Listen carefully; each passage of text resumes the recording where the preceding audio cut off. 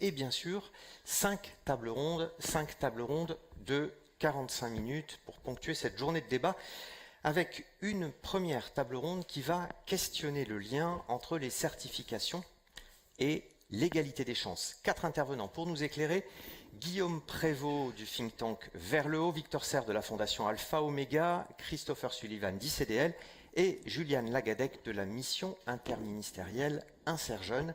4 intervenants qui rejoignent la scène.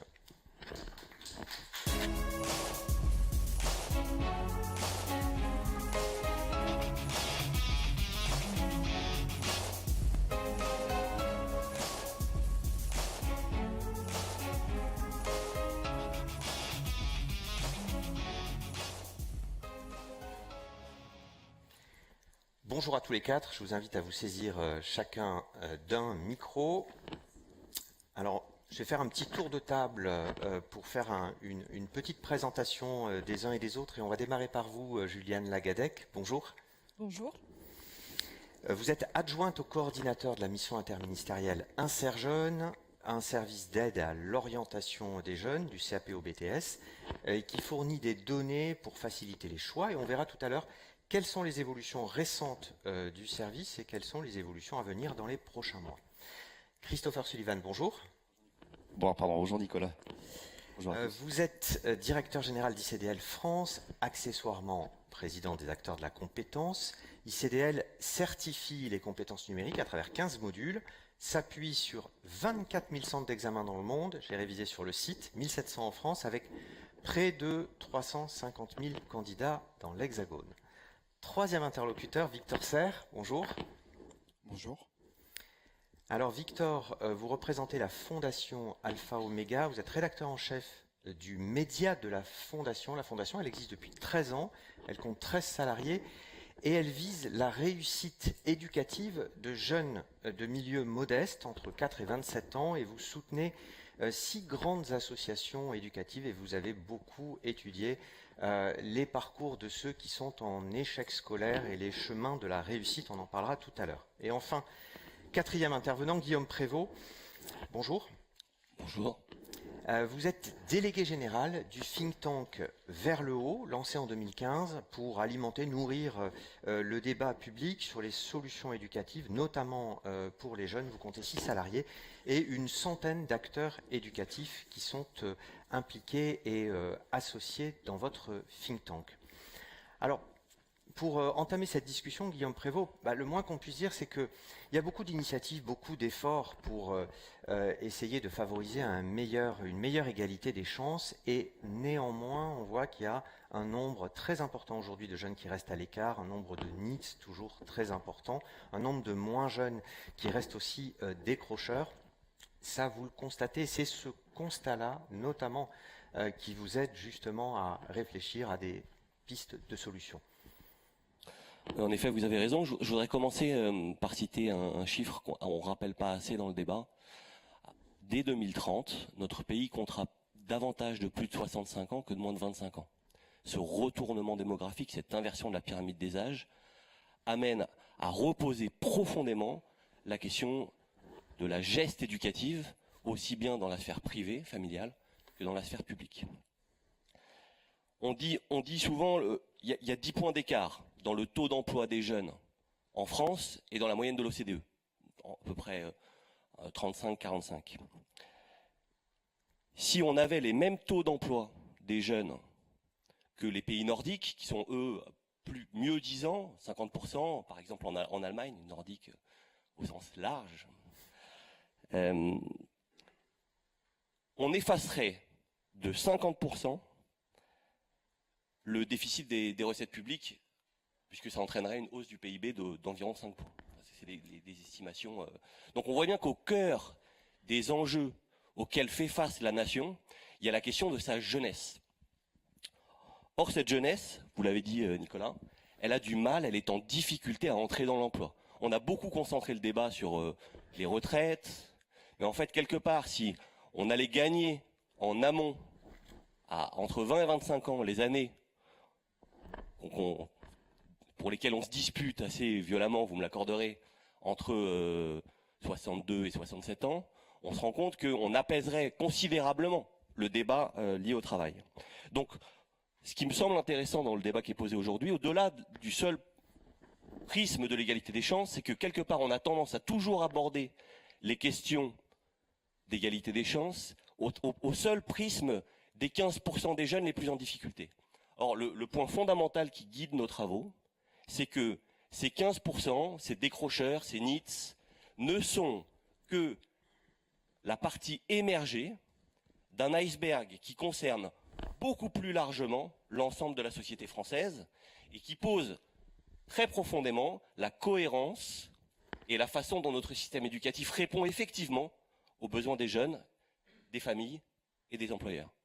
Il y a d'ailleurs une étude récente parue fin août du CEREC qui montre que les jeunes des QPV accèdent moins aux contrats en alternance que les autres, alors même que ceux qui y accèdent à ces contrats en alternance ont davantage de chances d'obtenir leur diplôme que les autres. Donc on voit bien que l'accès à la certification est important. Quel rôle peut jouer, selon vous, peuvent jouer les certifications professionnelles justement dans cet accès à la formation, à l'emploi, à l'insertion?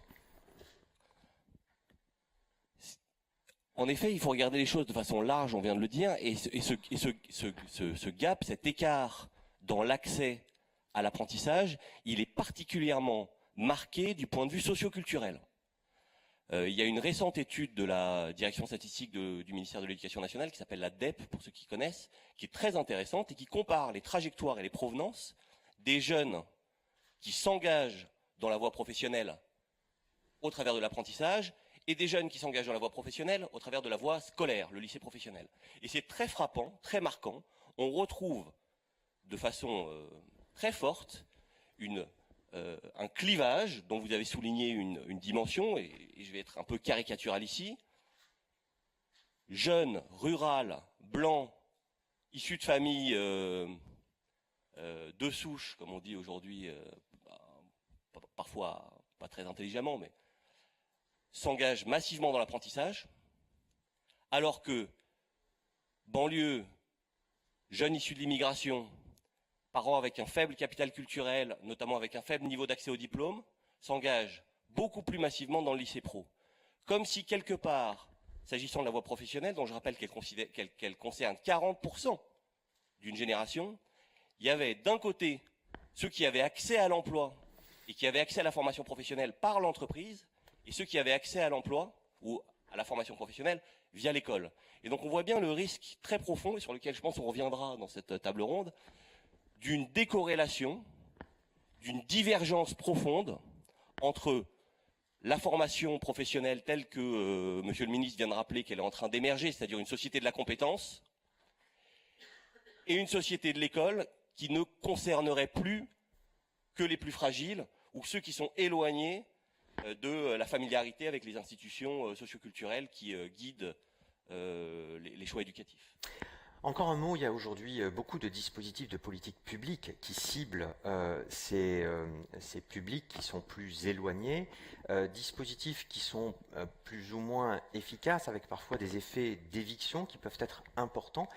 Dès lors, selon vous, voilà, faut-il continuer à investir massivement dans ces dispositifs ou les réorienter pour arriver à mieux capter les décrocheurs?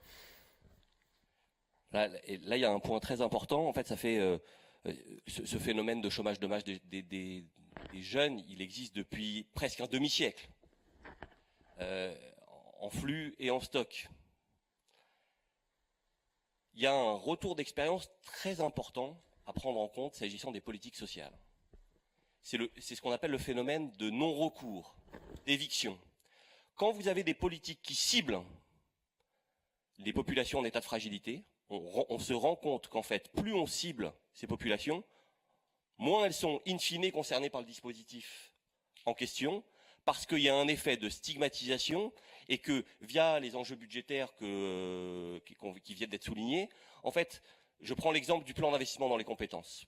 Depuis 2017, on a 15 milliards plan d'investissement dans les compétences. On a fait surgir partout sur le territoire des dispositifs de repêchage des décrocheurs dans le cadre d'une batterie de dispositifs. En fait, on se rend compte qu'il y a une concurrence de fait entre les différents dispositifs qui fait que si je touche un jeune qui n'est pas trop en difficulté, je vais dégager un bénéfice net.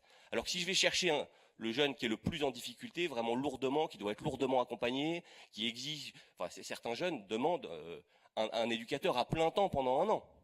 Et ben là, en fait, c'est mon association, ma structure qui va porter un risque financier opérationnel très lourd que ne va pas permettre de corriger le défi. Donc, il y a un risque très profond qu'à force d'avoir des dispositifs trop ciblés, de fait, il y a une prime aux jeunes.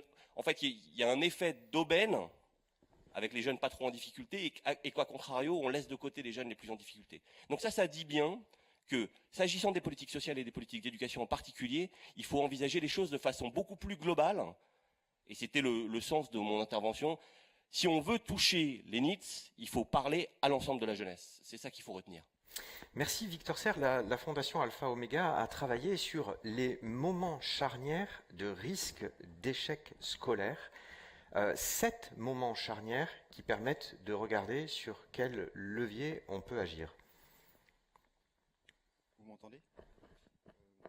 Peut-être avant de décliner ces moments charnières, je voudrais peut-être communiquer avec l'ensemble de la salle les résultats d'une enquête conduite par la Fondation Alpha Omega avec le concours de l'Institut de sondage IFOP.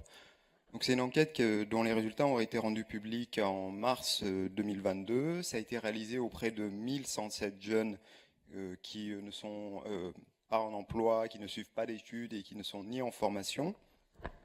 En France, on recense le nombre de ces jeunes dans cette situation on estime qu'ils sont 1 500 000 personnes, de jeunes âgés entre 15 et 29 ans. Et les résultats donc, révèlent une mosaïque d'émotions négatives éprouvées par ces jeunes. Par exemple, la moitié de ces jeunes décrocheurs regrettent d'avoir arrêté leurs études précocement. 85% pensent qu'il sera difficile de réussir leur vie professionnelle.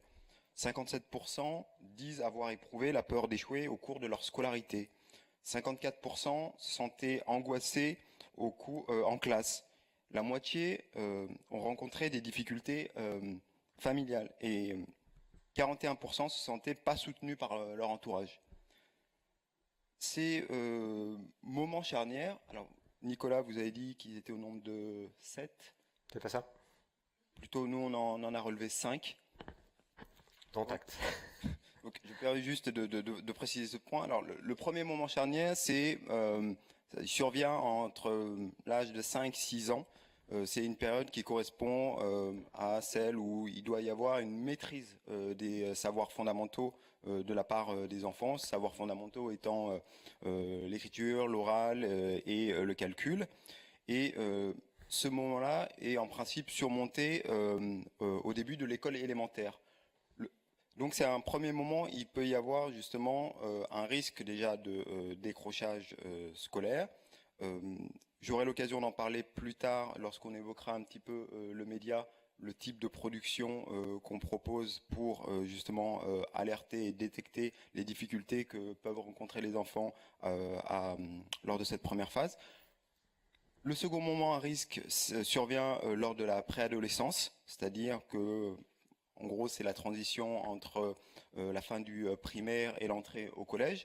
Parce que c'est un moment où les enfants en fait sont happés par la découverte du monde, par la rencontre des autres, et donc ils peuvent manifester un moindre intérêt pour l'école. Le troisième moment, c'est à la fin du collège. Là, on observe qu'il y a une lassitude éprouvée par les adolescents dans la posture, qui est une posture souvent passive de l'élève, et ils veulent devenir agents en fait de leur vie, acteurs de leur vie. Avec des réalisations concrètes. Et ce moment-là est crucial, et notamment pour le rôle des adultes et des accompagnants. Et lors de cette phase, le rôle des accompagnants et des adultes, ça sera de faire comprendre, de montrer aux enfants que la scolarité ne se limite pas simplement aux cours, aux notes, mais également qu'ils peuvent acquérir des connaissances qu'ils peuvent faire fructifier plus tard. Le quatrième moment survient au lycée. Et donc toute la difficulté qui se pose lors de cette phase, c'est parvenir à s'orienter. Et donc à ce moment-là, la problématique que se pose, c'est celle des moyens en fait de choisir ce dont on a envie et de continuer ses études sans se laisser décourager. Et donc ça va être lors de ce temps-là, il va y avoir une articulation entre la capacité des jeunes à avoir connaissance des filières qui peuvent exister, des métiers qui peuvent exister, mais aussi une connaissance des réalités, des débouchés économiques. Il va y avoir aussi un facteur qui va être important dans leur orientation, c'est leur capacité à se projeter dans ces filières, dans ces métiers envisagés. Et enfin, c'est un troisième facteur, c'est leur capacité à aussi développer, acquérir des compétences psychosociales qu'ils peuvent ensuite valoriser au moment des candidatures. Enfin, le dernier temps, c'est-à-dire le cinquième et dernier temps, c'est au niveau du supérieur. Lors de cette phase-là, ça va être toute la difficulté, ça va être de s'orienter. Et d'autant que lors de cette phase, ils passent d'une situation d'adolescent qui était accompagné, entouré potentiellement par leur entourage, à une situation de jeune adulte autonome. Et à ce premier changement majeur, il va y avoir aussi pour certains jeunes une difficulté supplémentaire lorsqu'ils ne bénéficient pas d'un soutien financier et émotionnel. J'attire votre attention sur le timing. Différents intervenants, on a des tables rondes plutôt courtes. Donc attention. Peut-être encore une question, une réponse courte, Victor Serre. Vous appelez avec la Fondation à massifier les accompagnements pour aller plus loin et pour vraiment changer d'échelle avec des centaines de milliers de jeunes qui pourraient être concernés demain. Quelle peut être la contribution des certifications dans ces accompagnements à massifier ? Ce qu'on a observé, et notamment les associations qui sont accompagnées par la Fondation Alpha Omega, c'est que de la même manière que M. Prévost soulignait qu'il y avait un clivage entre jeunes ruraux et jeunes urbains, il y a aussi un clivage qui est observé notamment dans l'acquisition et le développement et la valorisation des compétences psychosociales entre les familles aisées et les familles modestes. Par exemple, on va montrer dans les semaines à venir, dans les jours et semaines à venir, à travers d'un certain nombre de contributions, que la pratique des activités extrascolaires, c'est quelque chose qui est beaucoup plus répandu dans les familles aisées. C'est quelque chose également on montre également les bénéfices de la pratique de ces activités extrascolaires de nature diverse, qu'elles soient d'ordre sportif, artistique, scientifique, etc. Et en même temps, ces familles aisées bénéficient d'autres espaces pour développer et acquérir ces compétences psychosociales, que ce soit alors à l'école, mais également dans la famille, diversité d'espaces que ne possèdent pas les jeunes de milieux plus modestes.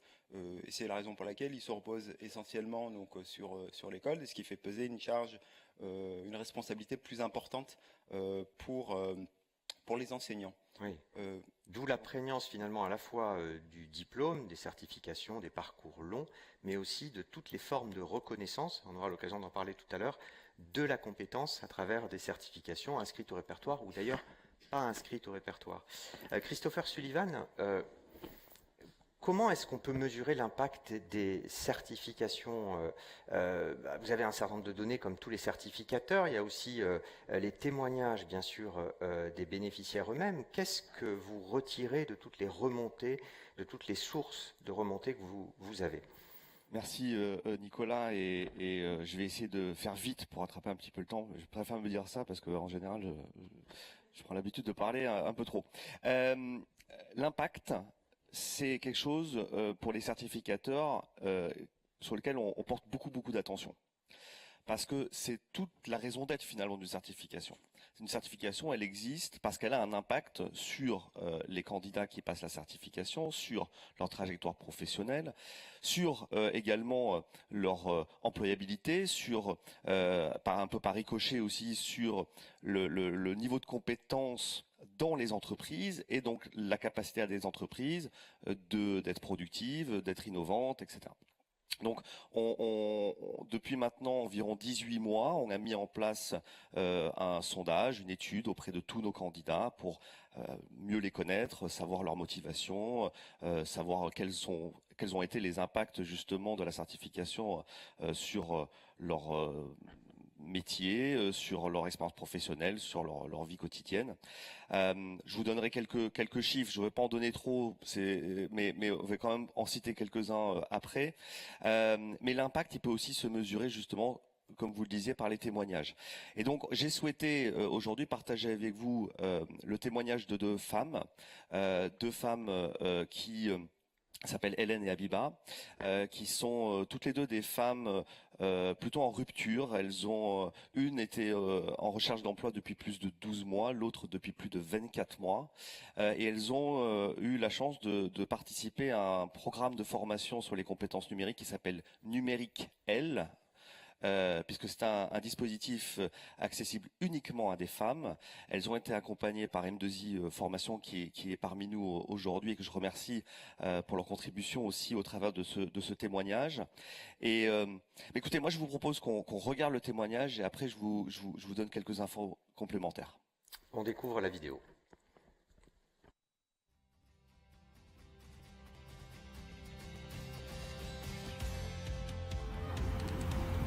Avant la certification, je faisais rien. Quelques temps avant, j'ai perdu mon père. Donc je me suis dit pourquoi pas. Parce que il y avait des femmes et c'était pour me remettre dans le bain. Voilà, tout doucement. Je voulais changer de voie professionnelle, mais je voulais faire assistante dentaire. Et en étant dans la restauration, en fait, j'avais vraiment besoin de me remettre à jour parce que j'avais fait ça au collège.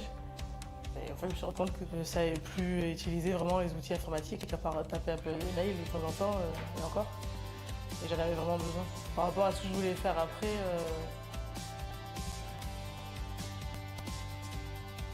c'est pas un diplôme non plus, mais c'est une certification qui prouve que tu as appris à manier un peu mieux l'ordinateur en fait. Quand on passe un examen, on est content.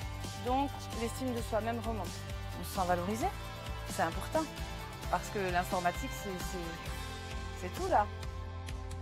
Comme je ne m'en sentais pas capable, c'est quand même une fierté. Et en plus, c'est quelque chose qui peut servir tous les jours. C'est quelque chose d'utile. Donc ça fait plaisir. J'attends, mais je sais que ça va m'aider pour plus tard. Ça, je peux le mettre sur mon CV que j'ai fait ça. Et ça peut être un plus s'ils veulent m'embaucher. Je suis fière de moi. Ouais. J'ai pas des qualifications extraordinaires. Et j'ai accompli des choses extraordinaires dans ma vie. Et je continue. Mais là, actuellement, je travaille. Je suis reparti en restauration, mais c'est temporaire. Mais dès que j'ai l'occasion, j'arrête et je pars à l'école. Est-ce que tu te vois dans 5 ans? Toujours ici, assistante dentaire. J'ai envie de reprendre des études, hein. Dans la conception toujours. Voilà, on verra. Hein.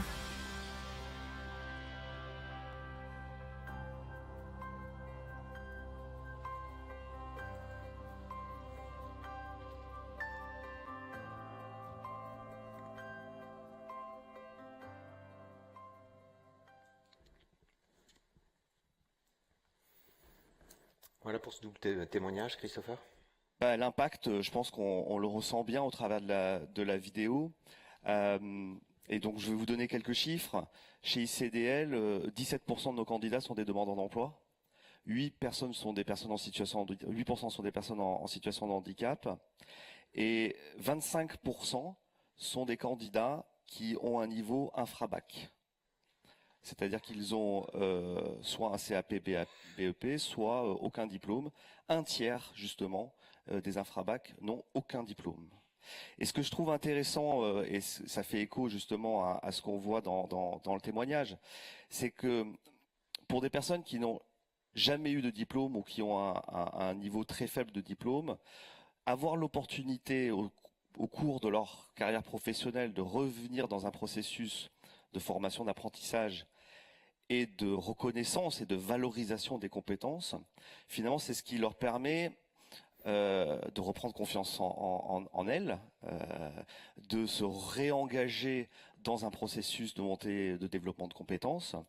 Et c'est précisément ce qu'on retrouve aussi dans nos chiffres, puisque la confiance en soi, c'est la deuxième motivation qui est citée pour les personnes qui passent la certification après l'évolution de carrière. En troisième position, c'est l'insertion professionnelle. Mais on voit bien que cette fracture qui peut exister entre la formation initiale et la formation professionnelle, et en tout cas l'arrivée dans le monde professionnel après des difficultés qu'on a pu rencontrer justement sur la formation initiale, elle n'est pas définitive. Et le rôle justement des certifications professionnelles, c'est justement d'apporter à toutes ces personnes qui ont décroché une chance de retrouver une reconnaissance, une valorisation et beaucoup, puisque là en dernier chiffre et après j'arrête promis, c'est que seulement 14% disent ne plus vouloir se former après une expérience de formation certifiante ICDL. C'est-à-dire que tous les autres soit pour ceux qui trouvent un emploi lorsqu'ils sont en situation de recherche d'emploi, évidemment c'est une première étape, mais il y en a que 14% qui ne veulent pas repartir dans un processus de formation certifiant. Alors il y a un enjeu énorme pour aider à orienter vers le bon parcours, la bonne certification. Juliane Lagadec, cet enjeu, c'est comment est-ce qu'on favorise une information simple, accessible au plus grand nombre et de nature à vraiment renseigner sur les certifications et leurs débouchés pour l'égalité des chances. Alors cet enjeu-là était déjà présent dans la loi du 5 septembre 2018, mais à la vérité, beaucoup constatent aujourd'hui qu'il est monté en puissance progressivement et d'ailleurs les évolutions se poursuivent. Comment aujourd'hui InserJeune permet de produire des données plus homogène, notamment sur la voie professionnelle dont on a parlé tout à l'heure et sur ses débouchés? Alors, l'idée d'InserJeune, déjà, c'était de passer d'un système d'enquête auquel on n'avait pas toujours des taux de réponse qui étaient satisfaisants, à un système automatique. En fait, on va aller chercher dans les bases administratives, donc dans les bases scolaires qu'on va aller croiser avec des bases plutôt travail, la déclaration sociale nominative par exemple, pour voir ce que deviennent précisément les jeunes après une formation de la voie professionnelle. Voilà, est-ce qu'ils sont en emploi 6 mois, 12 mois, 18 mois, 24 mois après, et sur quel type de contrat. Voilà, donc il y a un gros enjeu pour aller automatiser vraiment cette remontée d'informations. Les premières publications d'InserJeune, elles ont porté sur des données pour les formations professionnelles qui vont du CAP au BTS, sur la voie scolaire et par l'apprentissage. 2021, donc première production de données. Exactement, elles sont sorties en 2021. Et en 2022, fin 2022 précisément, a été créée la mission interministérielle InserJeune avec le but d'aller plus loin sur cette production de données. Donc un enrichissement du dispositif et une extension du dispositif et de permettre une diffusion massive de ces données pour une transparence auprès des jeunes et auprès des familles sur les débouchés des formations. Alors, c'est la formation initiale, par voie scolaire ou en apprentissage, du CAP au BTS pour l'instant, et puis il y a InserSup qui commence, vous nous en direz peut-être 2 mots tout à l'heure, à pointer son nez avec une partie des formations du supérieur.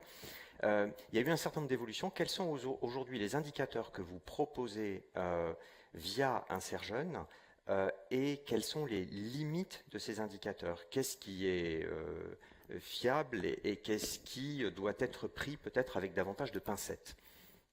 Alors, les indicateurs principaux sur lesquels on va travailler, c'est vraiment l'insertion en sortie de formation, donc à plusieurs échéances, comme je l'expliquais précédemment. On va aussi aller regarder de très près la poursuite d'études. Donc effectivement, ces indicateurs sont très intéressants, mais ils ont encore quelques limites sur lesquelles on travaille. Par exemple, quand on parle d'insertion dans l'emploi, actuellement, on n'est pas encore en mesure de dire est-ce que l'emploi occupé, il est en lien avec la formation réalisée. Alors, il y a eu des premiers travaux qui ont été conduits par l'ADEP, le service statistique de l'éducation nationale, et par la DARES, où ils sont allés voir au niveau macro. Par exemple, l'ADEP a pu voir que sur le lien emploi-formation, on avait 6 apprentis sur 10 qui étaient dans le secteur au sens large sur lequel ils avaient été formés et un lycéen pro sur 3.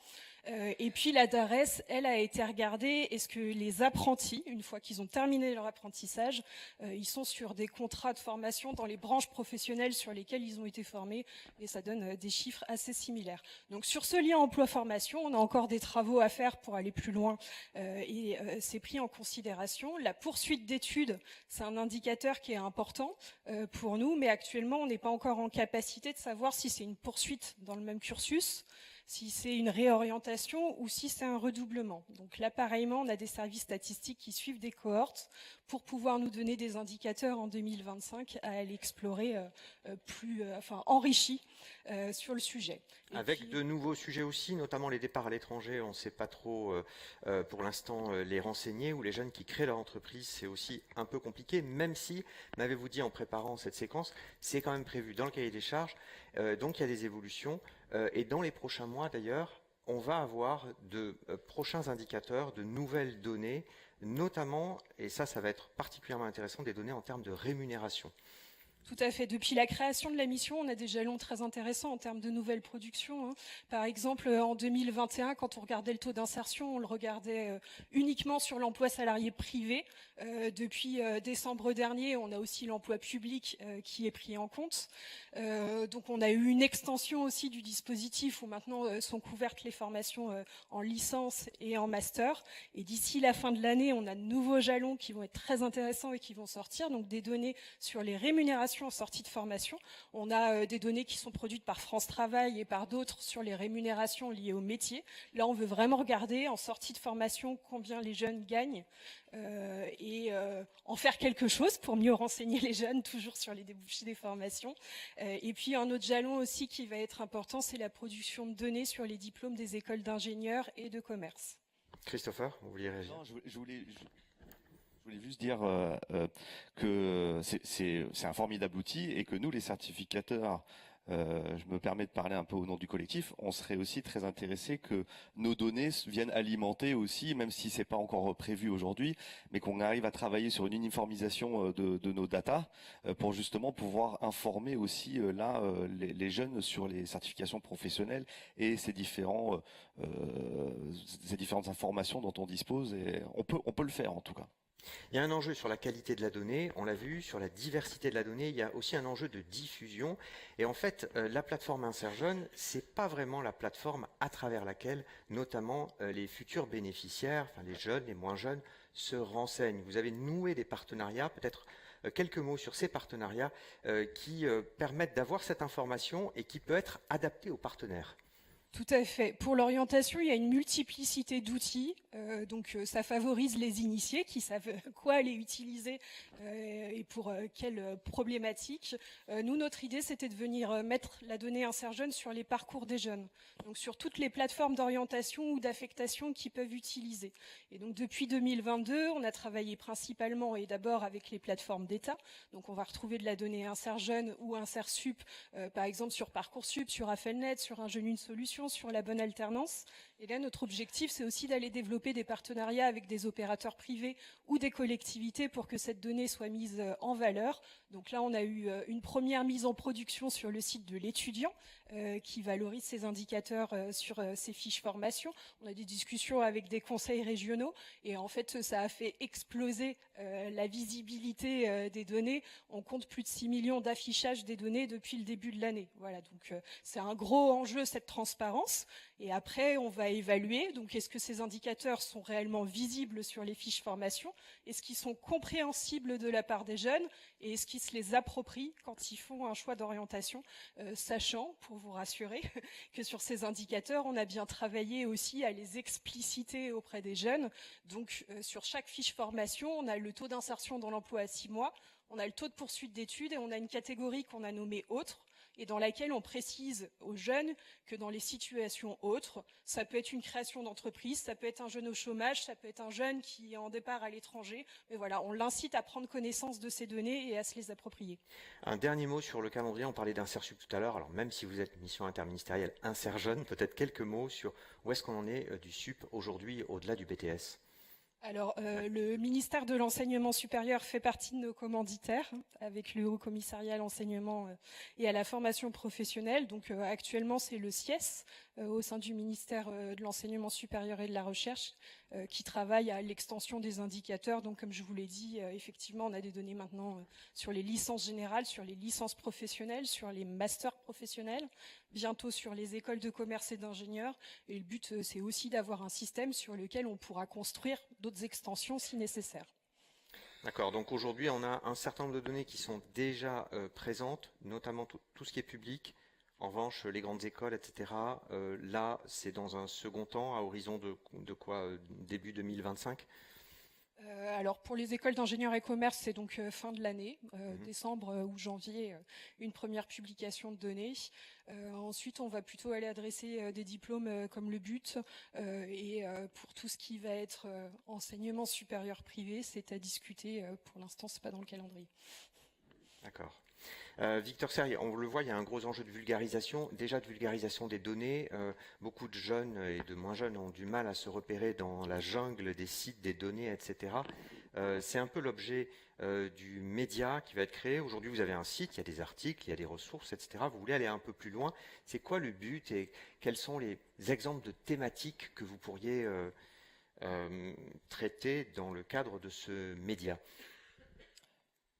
Alors effectivement, donc pour l'instant, vous pouvez, si vous vous rendez sur le site de la Fondation Alpha Omega, vous pouvez, en parallèle des activités liées à la venture philanthropie, où vous avez un certain nombre de contributions, mais avec le reste des équipes, on travaille justement à la refonte du site et donc à un nouveau site spécialement dédié au futur média. Ce futur média aura pour vocation, d'une part, de décrypter les grands enjeux éducatifs actuels, conformément donc à une ligne éditoriale rigoureuse sur laquelle donc je travaille avec le reste des équipes. Effectivement, il va y avoir un gros enjeu de vulgarisation et en même temps aussi de réflexion sur les formats adaptés aux différents publics cibles. Sachant que dans ces publics cibles, il y a les familles bien entendu, mais également les enseignants, les associations et également les jeunes. C'est la communauté éducative au sens large. Alors, quelques exemples de thématiques ou de sujets qui vous semblent particulièrement importants à éclairer ou de ressources à mettre en avant? Alors, c'est depuis la rentrée, par exemple, vous pouvez trouver sur le site un certain nombre d'articles liés, par exemple, aux fournitures scolaires, mais également à des conseils pour bien accompagner son enfant tout au long du CP. Dans les prochains jours, les prochaines semaines, vous allez avoir des contributions en lien avec l'entrée en sixième et donc cette transition entre école primaire et entrée au collège. Mais il va y avoir également je l'avais un petit peu évoqué précédemment lors de mon intervention, sur les bénéfices des activités extrascolaires et les dispositifs qui existent pour en démocratiser la pratique. Donc, il va y avoir également tout un tas de contributions en lien avec les métiers d'avenir.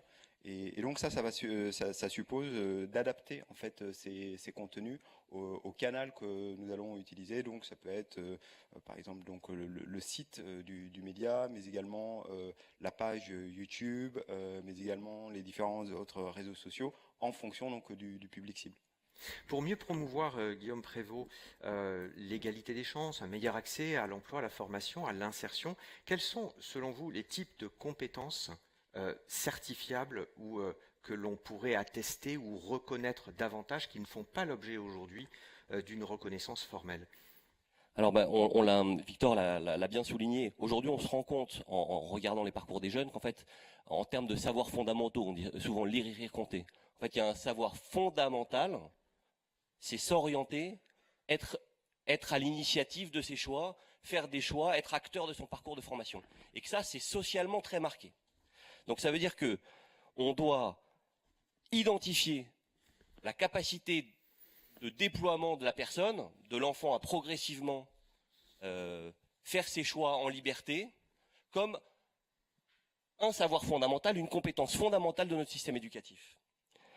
Et de ce point de vue-là, aujourd'hui, le diplôme est clivant. 50% de la population est diplômée, 50% n'est pas diplômée, et globalement ce clivage il recoupe tout ce dont on a parlé en termes d'égalité des chances. Donc l'enjeu, je pense que Christophe l'a bien dit, je crois pour la certification, pour la formation professionnelle continue, c'est de ne pas réinstaurer un nouveau clivage entre la formation professionnelle continue et la formation initiale. Donc à mon avis, le grand enjeu sur cette compétence fondamentale qui est être acteur de son parcours, c'est comment on arrive à identifier des objets mixtes entre formation initiale, scolaire, universitaire et formation professionnelle continue, certification, apprentissage, etc. Avec ce point de vue-là, deux objets. Oui, avec peut-être une... il y a des compétences, on parle beaucoup de soft skills, etc. On aura l'occasion d'en reparler tout à l'heure, mais il y a des dispositifs d'engagement aujourd'hui qui concernent plus particulièrement ces jeunes décrocheurs en échec scolaire, qui demain, selon vous, pourraient être valorisés, faire l'objet d'attestations, de certificats. En effet, c'est une conviction très forte qu'on porte chez Vers le Haut, notamment au regard de l'expérience de certains de nos partenaires. Je pense en particulier aux écoles de production, que certains d'entre vous connaissent peut-être, qui sont vraiment un dispositif très pertinent pour aller chercher des décrocheurs. Donc on se rend compte que cette remobilisation de la personne, elle est décisive. Et dans le secteur scolaire, des politiques de jeunesse, il y a un certain nombre de dispositifs qu'on appelle dits d'engagement, service civique, les réflexions autour du service national universel, autour de l'enseignement moral et civique, où on voit que c'est un enseignement qui est susceptible, pourvu qu'il soit dans l'expérience, de remobiliser la personne, de remettre l'enfant en situation de prise de responsabilité, de prise de risque, d'expression de sa liberté. Et ça, c'est très intéressant parce que aujourd'hui, on est en échec du côté politique de jeunesse dans notre capacité à valoriser véritablement ces parcours. Je fais un service civique, je sais que ça m'aide beaucoup, c'est identifié par certains recruteurs, mais qu'est-ce que j'ai à la fin d'un service civique ? Et il y avait eu des réflexions à l'époque du mandat Hollande sur un compte personnel d'engagement, un compte d'engagement citoyen. Il me semble que la certification apporte de ce point de vue-là, sur les enjeux dits de compétences psychosociales, que j'appellerais plutôt déploiement de la personne, des outils très intéressants pour une association, un service civique, une collectivité qui a pris un jeune, qui l'a eu pendant un an, et qui est capable de dire il est là le matin, il sait dire bonjour, on peut compter sur lui, il sait travailler en équipe. Ça, c'est très intéressant pour l'ensemble du spectre, à la fois pour les entreprises, mais aussi pour les acteurs de l'enseignement supérieur, puisqu'un des grands enjeux derrière tout ça, c'est comment on accompagne des jeunes dans la poursuite d'un parcours de formation continue. Christopher Sullivan, en conclusion, on a bien vu le rôle des certifications en amont de l'accès au parcours, en amont de l'accès à certains diplômes. Il y a aussi un rôle pendant le parcours. Et finalement, on a beaucoup parlé de populations qui étaient en décrochage, de l'électronisme, etc. Et il y a aussi, y compris dans des grandes écoles, et les tests de positionnement parfois le montrent, de vraies difficultés qui obèrent les chances de réussite au parcours. Et là, les certifications peuvent jouer un rôle déterminant. Oui, c'est une prise de conscience du niveau réel. Et bon, je vais faire un peu une focale sur les compétences numériques parce que on bosse avec des écoles, donc des grandes écoles qui font passer les tests d'évaluation de compétences basés sur le même référentiel que la certification en entrée de formation, en entrée de cursus. Et les résultats sont vraiment médiocres, en fait, pour dire les choses très clairement. Or, on dit souvent que les jeunes maîtrisent le numérique, mais en réalité, lorsqu'il s'agit de compétences professionnelles numériques, on en est loin. Et c'est aussi un moyen pour ces jeunes de prendre conscience de leur niveau réel et de les remotiver dans l'enseignement, en l'occurrence l'enseignement informatique, et de fixer un objectif avec la certification. Leur dire vous êtes à ce niveau-là, voilà le travail que vous avez à fournir pour atteindre l'objectif de la certification. Je vais redonner encore deux chiffres, ça sera les deux derniers. 86% des personnes qu'on interroge disent utiliser le numérique régulièrement, voire plus, jusqu'à quotidiennement. Ces mêmes personnes ont, pour 60% d'entre elles, un niveau intermédiaire ou inférieur. Donc on a des personnes qui utilisent l'outil numérique tous les jours et qui en même temps déclarent ne pas avoir le niveau de compétence pour s'en servir.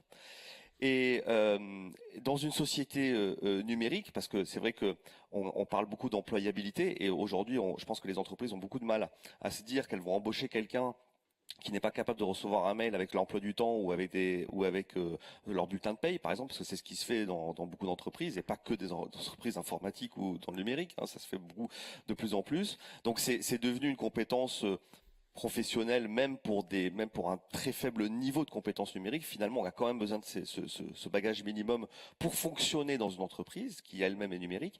Mais on a aussi une société qui est devenue très numérique, avec l'accès à des services publics numérisés, que ce soit Amélie, France Travail, Insert Jeune. J'imagine qu'il y a certaines personnes qui sont de facto exclues de l'utilisation d'Insert Jeune parce qu'elles n'ont pas le niveau de compétences numériques nécessaire pour pouvoir y avoir accès. Donc on a aussi ce rôle de sensibilisation et de raccrochage, de permettre à toutes les personnes d'être embarquées dans cette société numérique, en l'occurrence pour nous.